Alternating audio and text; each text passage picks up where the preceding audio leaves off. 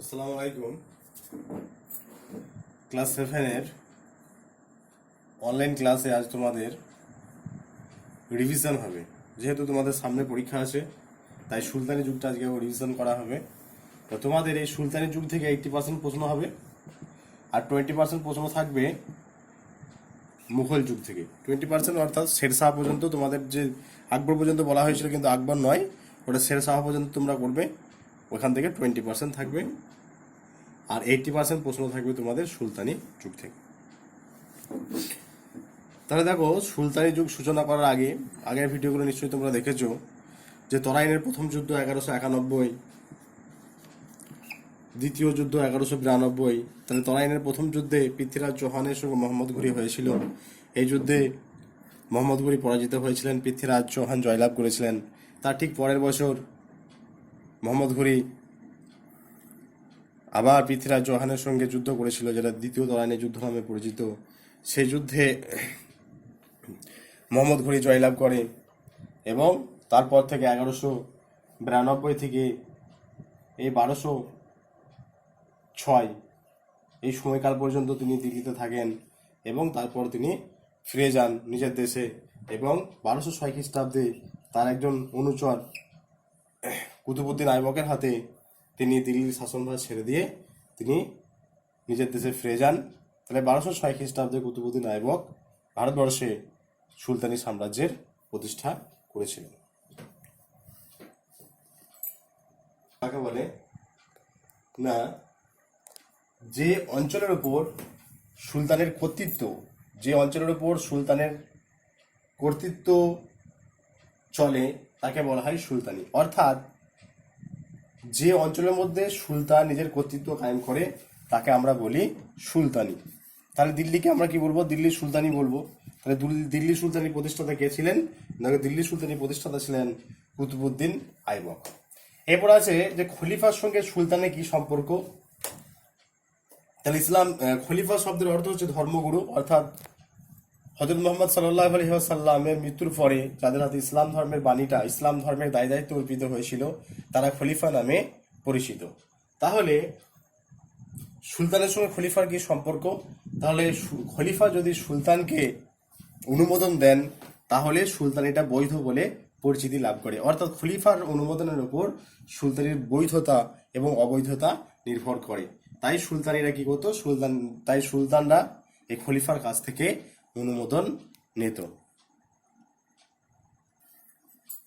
তাহলে 1206 থেকে 1526 এই সময়কাল হচ্ছে দিল্লির সুলতানি, অর্থাৎ সুলতানদের শাসনকাল। তাহলে 1206 থেকে 1526 এই সময়কালে মোট 5টি রাজবংশ রাজত্ব করেছিল। এক হচ্ছে দাস বংশ, 2 নম্বর হচ্ছে খলজি বংশ,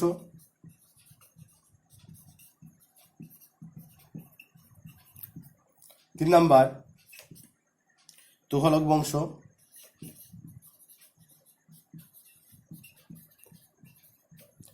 4 নম্বর হচ্ছে সৈয়দ বংশ,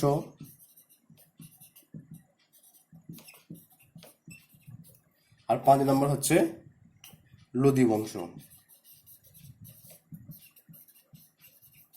তাহলে 1206 থেকে 1526 এই সময়কালে মোট 5টি রাজবংশ রাজত্ব করেছিল: দাস বংশ, খলজি বংশ, তুঘলক বংশ, সৈয়দ বংশ আর লোদি বংশ। তাহলে দাস বংশ অর্থাৎ কুতুবউদ্দিন আইবক 1206 সালে দিল্লিতে যে বংশের প্রতিষ্ঠা করেন তা দাস বংশ নামে পরিচিত। কেন দাস বংশ নামে পরিচিত? না, কুতুবউদ্দিন আইবক, ইলতুৎমিশ এরা কিন্তু প্রথম জীবনে দাস ছিলেন, কিন্তু সিংহাসনে বসার সঙ্গে সঙ্গে দাসত্ব থেকে মুক্তি পেয়েছিলেন। যেহেতু এরা প্রথম জীবনে দাস ছিলেন, তাই তাদের প্রতিষ্ঠিত বংশকে দাস বংশ বলা হয়। তোমাদের ক্লাস 7-এর 15 নম্বরের পরীক্ষা হবে। এই 15 নম্বরের পরীক্ষাটাই কিন্তু 1 মার্কে থাকবে, 1 নম্বরের থাকবে। তাহলে এখানে তোমাদের বড় যে প্রশ্নগুলো আমি 5 নম্বরের বা 3 নম্বরের যেগুলো টিকা দিয়েছি, সেগুলো কিন্তু অতটা এই পরীক্ষার জন্য গুরুত্বপূর্ণ নয়। তবুও কিন্তু একটা বড় প্রশ্নের ভিতর থেকে বা টিকার ভিতর থেকে কিন্তু সব প্রশ্ন থাকতে পারে, তাই সেগুলো তোমাদেরকে ভালো করে পড়তে হবে। তাহলে আমি মোটামুটি ওভারঅল তাহলে মোটামুটি কটা টাইপে হবে? মোটামুটি 3-4টা টাইপের প্রশ্নগুলো আমাদের হবে। যেমন বিকল্প চয়ন বা এমসিকিউ যেটাকে আমরা বলি, multiple choice question. Multiple choice question কেমন, যেমন দেওয়া রইল ধরো যে দিল্লিতে সুলতানি সাম্রাজ্যের প্রতিষ্ঠা করেছিলেন, নিচে দেওয়া রইল 4টা নাম, মোহাম্মদ বিন তুগলক, কুতুবউদ্দিন আইবক, ফিরোজ শাহ তুগলক, ইলতুৎমিশ। যেটা সঠিক হবে সেটা তোমাকে লিখতে হবে। তারপর শূন্যস্থান পূরণ, দিল্লির প্রথম মহিলা শাসিকা ছিলেন ড্যাশ, তোমাকে সেখানে রাজিয়া লিখতে হবে। আবার এক কথায় উত্তর দাও যে মালিক কাফুর কে ছিলেন, এরকম প্রশ্ন হতে পারে। তাই আমি শর্ট কোশ্চেন কিছু আলোচনা করে দিচ্ছি, যেগুলো তোমরা ভালো করে একটু লক্ষ্য করবে। তাহলে দেখো, যদি বলা হয় যে দিল্লি সুলতানি সাম্রাজ্যের প্রকৃত প্রতিষ্ঠাতা কে ছিলেন, তা দিল্লি সুলতানি সাম্রাজ্যের প্রতিষ্ঠাতা এবং প্রকৃত প্রতিষ্ঠাতার মধ্যে পার্থক্য আছে। তাহলে শুধু যদি প্রতিষ্ঠাতা বলে তাহলে আমরা বলবো কুতুবউদ্দিন আইবক, কিন্তু প্রকৃত প্রতিষ্ঠাতা যদি বলে তাহলে আমরা কি বলবো? প্রকৃত প্রতিষ্ঠাতা যদি বলে তাহলে যদি বলে প্রতিষ্ঠাতা এবং প্রকৃত প্রতিষ্ঠাতা, দিল্লি সুলতানি সাম্রাজ্যের প্রতিষ্ঠাতা ছিলেন কুতুবউদ্দিন আইবক, আর প্রকৃত প্রতিষ্ঠাতা যদি বলা হয় তাহলে আমরা কি বলবো? যে প্রকৃত প্রতিষ্ঠাতা ছিলেন ইলতুৎমিশ। তারপর একটা প্রশ্ন তোমাদের দেওয়া হয়েছিল যে ইলতুৎমিশ কবে খলিফার অনুমোদন লাভ করেছিলেন। তাহলে ইলতুৎমিশ 1229 খ্রিস্টাব্দে খলিফার অনুমোদন লাভ করেন। এরপর প্রশ্ন তোমাদের দেওয়া ছিল যে বন্দেগানি চেহেলগানি কি। তাহলে ইলতুৎমিশ নিজের প্রভাব প্রতিপত্তি বৃদ্ধি করার জন্য 40 জন আমির ওমর হককে নিয়ে একটা চক্র গঠন করেছিলেন, যা 40 চক্র নামে পরিচিত। এরপর তোমাদের প্রশ্ন দেওয়া ছিল সিজদা এবং পাইবস কি। না, গিয়াসউদ্দিন বলবন পারস্য দেশে অনুকরণে দুটো নীতি চালু করেছিলেন, একটা হচ্ছে সিজদা আর একটা হচ্ছে পাইবস। সিজদা হলো যে সুলতানির সামনে নতজানু হওয়া, আর পাইবস হলো সুলতানের পদযুগল চুম্বন করা। কোনো কোনো ঐতিহাসিকের মতে সুলতানের পদযুগল নয়, সিংহাসনের পদযুগল চুম্বন করা। এরপর তোমাদের প্রশ্ন ছিল কে কবে খলজি বংশ প্রতিষ্ঠা করেন। তাহলে 1290 খ্রিস্টাব্দে জালালউদ্দিন ফিরোজ খলজি বংশের প্রতিষ্ঠা করেছিলেন। খলজি বিপ্লব কাকে বলে? তাহলে গিয়াসউদ্দিন নয়, ফিরোজ শাহ তুগলক সৈয়দ বংশের দুইজন নেতা বা দুইজন কায়কোবাদ এবং তার শিশুপুত্র কায়ুরমাসকে হত্যা করে 1290 খ্রিস্টাব্দে খলজি বংশের প্রতিষ্ঠা করেন। এটাই খলজি বিপ্লব নামে পরিচিত। এরপর তোমাদের প্রশ্ন ছিল যে জহরব্রত কি। জহরব্রত অর্থাৎ আলাউদ্দিন খলজি যখন মেবার আক্রমণ করেছিলেন তখন মেবারের রানা রতন সিংহের পরমা স্ত্রী পদ্মিনীকে লাভ করার জন্য নাকি তিনি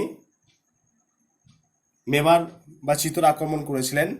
তাহলে চিতরে যারা রাজপুত রমণী, মেবারের যারা রাজপুত রমণী, তারা নিজেদের সতীত্ব রক্ষার জন্য জ্বলন্ত অগ্নিকুণ্ডে আত্মবিসর্জন দিয়েছিলেন। এটাই জহরব্রত নামে পরিচিত। তাহলে মালিক কাফুর কে ছিলেন? মালিক কাফুর ছিলেন আলাউদ্দিন খলজির একজন বিশ্বস্ত সেনাপতি, যে মালিক কাফুরের অনুপ্রেরণায় আলাউদ্দিন খলজি দক্ষিণ ভারত অভিযান করেছিলেন। এরপর তোমাদের প্রশ্ন দেওয়া ছিল যে তুঘলক বংশের প্রতিষ্ঠাতা কে ছিলেন। তুঘলক বংশের প্রতিষ্ঠাতা ছিলেন গিয়াসউদ্দিন তুঘলক। তারপর প্রশ্ন দেওয়া ছিল 1 নম্বরে যে মোহাম্মদ বিন তুঘলকের পূর্ব নাম কি ছিল। মোহাম্মদ বিন তুঘলকের পূর্ব নাম ছিল জুনা খাঁ। তারপর তোমাদের প্রশ্ন দেওয়া ছিল দাওয়া বলতে কি বুঝো বা দাওয়া কি। তাহলে মোহাম্মদ বিন তুঘলকের সময়কালে চিঠিপত্র পাঠানোর জন্য 2 রকমের ব্যবস্থা ছিল। একটা যে ঘোড়ার সাহায্যে ডাকের ব্যবস্থা, যেটা উলাক নামে পরিচিত, আর একটা ছিল যে পায়ে হেঁটে, অর্থাৎ ডাক করাটা পায়ে হেঁটে এক জায়গা থেকে আরেক জায়গায় তারা কি করতো, চিঠিপত্র পৌঁছে দিত, তাকে বলা হয় দাওয়া।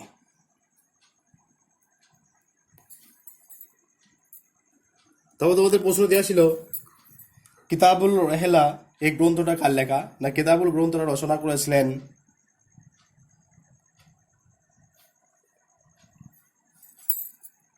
তোমাদের প্রশ্ন দেওয়া ছিল যে কিতাবুল রেহলা গ্রন্থটি কার লেখা। তাহলে কিতাবুল গ্রন্থটা রচনা করেছিলেন ইবন বতুতা। তাহলে তোমাদের মোহাম্মদ বিন তুগলকের পরিকল্পনা দেওয়া ছিল কি কি পরিকল্পনা? রাজধানী স্থানান্তর, তামার নোট প্রচলন, দোয়াবঞ্জের রাজস্ব বৃদ্ধি, খোরাসান অভিযান, বা মোহাম্মদ বিন তুগলককে কেন পাগলা রাজা বলা হয়। এই সমস্ত প্রশ্নগুলো তোমরা একটু ভালো করে লক্ষ্য করবে।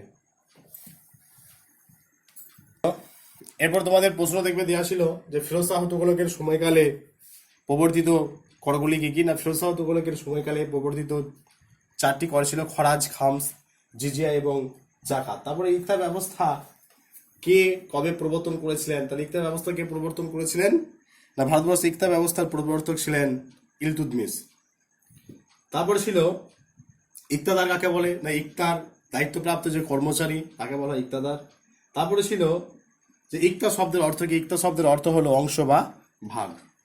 জিজিয়া কর কি না, ভারতবর্ষে মুসলিম শাসকদের অধীনে যে সমস্ত হিন্দুরা বসবাস করতেন তাদের জীবন এবং সম্পত্তির রক্ষার বিনিময়ে তারা মুসলিম শাসকদেরকে যে কর দিত তা জিজিয়া কর নামে পরিচিত। একই রকম ভাবে তুরস্ক দণ্ড, তাহলে হিন্দুদের শাসনকালে যে সমস্ত মুসলিমরা বসবাস করত, তাহলে মুসলিমদের জীবন এবং সম্পত্তি রক্ষার জন্য মুসলিমরা হিন্দু শাসকদেরকে যে কর দিত তা তুরস্ক দণ্ড নামে পরিচিত। এরপর আছে বাংলায় কে কবে ইলিয়াস শাহী বংশের সূচনা করেছিলেন না, শামসুদ্দিন ইলিয়াস শাহ 1342 খ্রিস্টাব্দে বাংলায় ইলিয়াস শাহী বংশের সূচনা করেছিলেন। তাহলে শামসুদ্দিন ইলিয়াস শাহের রাজধানী কোথায় ছিল? হুগলি জেলার পান্ডুয়া। আদিনা মসজিদ। আচ্ছা, এরপর প্রশ্ন ছিল তোমাদের রূপ গোস্বামী রচিত 2টি গ্রন্থের নাম, ললিত মাধব এবং বিদগ্ধ মাধব।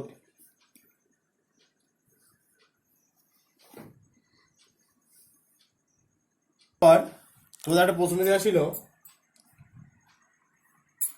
যে বঙ্গদেশের আকবর নামে কে পরিচিত? তাহলে বঙ্গদেশের আকবর নামে পরিচিত আলাউদ্দিন হোসেন শাহ। আলাউদ্দিন হোসেন শাহ বঙ্গদেশের আকবর নামে পরিচিত। রূপ গোস্বামী রচিত 2টি গ্রন্থের নাম, রূপ গোস্বামী রচিত 2টি গ্রন্থের নাম ললিত মাধব এবং বিদগ্ধ মাধব। তারপর প্রশ্ন তোমাদের দেওয়া ছিল যে এবার প্রশ্ন দেওয়া ছিল যে মালাধর বসুকে কে কেন গুণরাজ খাঁ উপাধি দিয়েছিলেন? হুসেন শাহের রাজত্বকালে বা হুসেন শাহের পৃষ্ঠপোষকতায় মালাধর বসু শ্রীমদ্ ভগবদ গীতা বাংলা ভাষায় অনুবাদ করেন।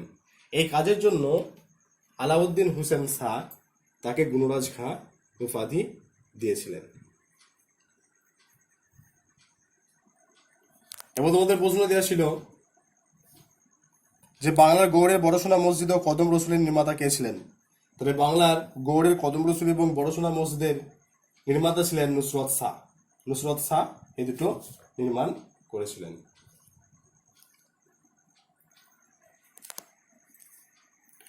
এরপর দেখো বিজয়নগর আছে। বিজয়নগর সাম্রাজ্য কারা কবে প্রতিষ্ঠা করেছিলেন? তাহলে বিজয়নগর সাম্রাজ্য হরিহর এবং বুক্ক এরা 2 জন প্রতিষ্ঠা করেছিলেন। বিজয়নগর সাম্রাজ্যে কয়টি রাজবংশ রাজত্ব করেছিল এবং কে কি?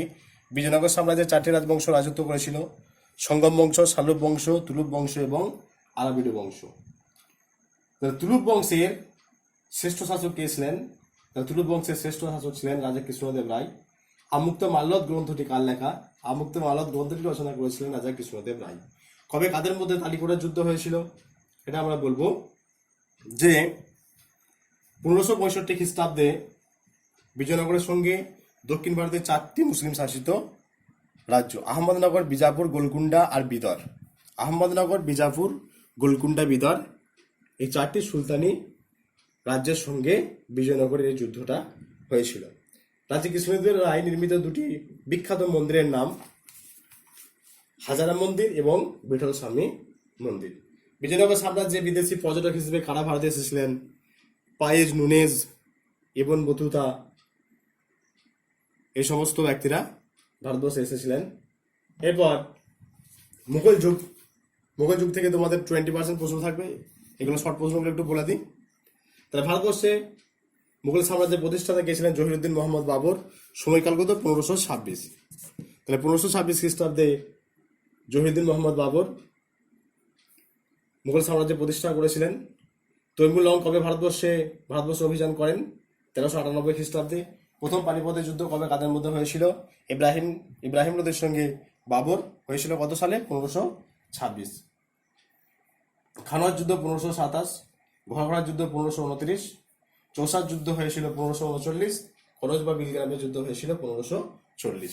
তাহলে এই যে শর্ট প্রশ্নগুলো তোমাদের আলোচনা করা হলো এগুলো একটু ভালো করে দেখবে। এবং এগুলো ভালো করে মুখস্থ করবে। তোমাদের এই পরীক্ষায় 15 নম্বরের পরীক্ষা হবে ইতিহাসের, সময় থাকবে 15 মিনিট। সবাই ভালো করে পরীক্ষা দেবে। কারো যদি কিছু অসুবিধা হয় আমাকে জানাবে, মেসেজ করবে অথবা সরাসরি ফোন করবে। ঠিক আছে।